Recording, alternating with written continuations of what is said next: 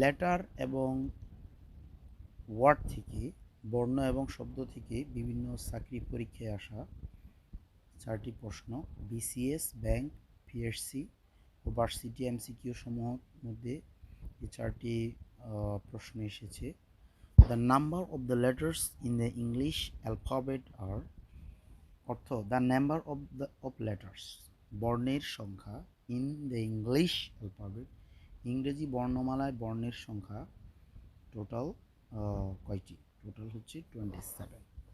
The number of the letters in the English alphabet are 27. Which word has the maximum number of syllables? সিলেবলের ক্ষেত্রে সবচেয়ে বড় সংখ্যাটি, সবচেয়ে বড়, which word has the maximum number, কোন শব্দটিতে has আছে, the maximum numbers, সবচেয়ে বেশি নাম্বার সংখ্যা অফ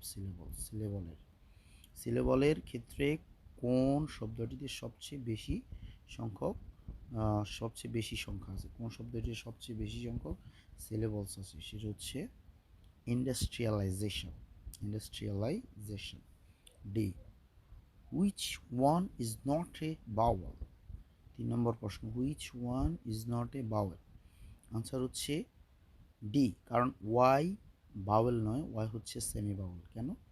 কারণ ওয়াই এটি এমন একটি ব্যঞ্জন বর্ণ যেটি উচ্চারণে স্বরবর্ণের সাহায্য নেয়, অর্থাৎ যেটি স্বরবর্ণের মতো উচ্চারিত। ওয়াই আমরা যখন বলি ও এবং আই নিয়ে উচ্চারিত, দুটি বাওয়েল নিয়ে।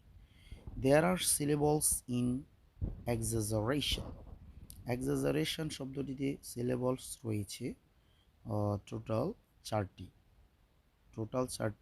ব্যাখ্যা হচ্ছে এক্সাজারেশন, এক্সা 2টি সিলেবল, রেই একটা 3টে, আর শান 4টা, টোটাল এক্সাজারেশন শব্দটিতে 4টি সিলেবল রয়েছে, সেটা হচ্ছে এক্সাজারেশন। এক্সাজারেশন শব্দের অর্থ হচ্ছে অতিরঞ্জন।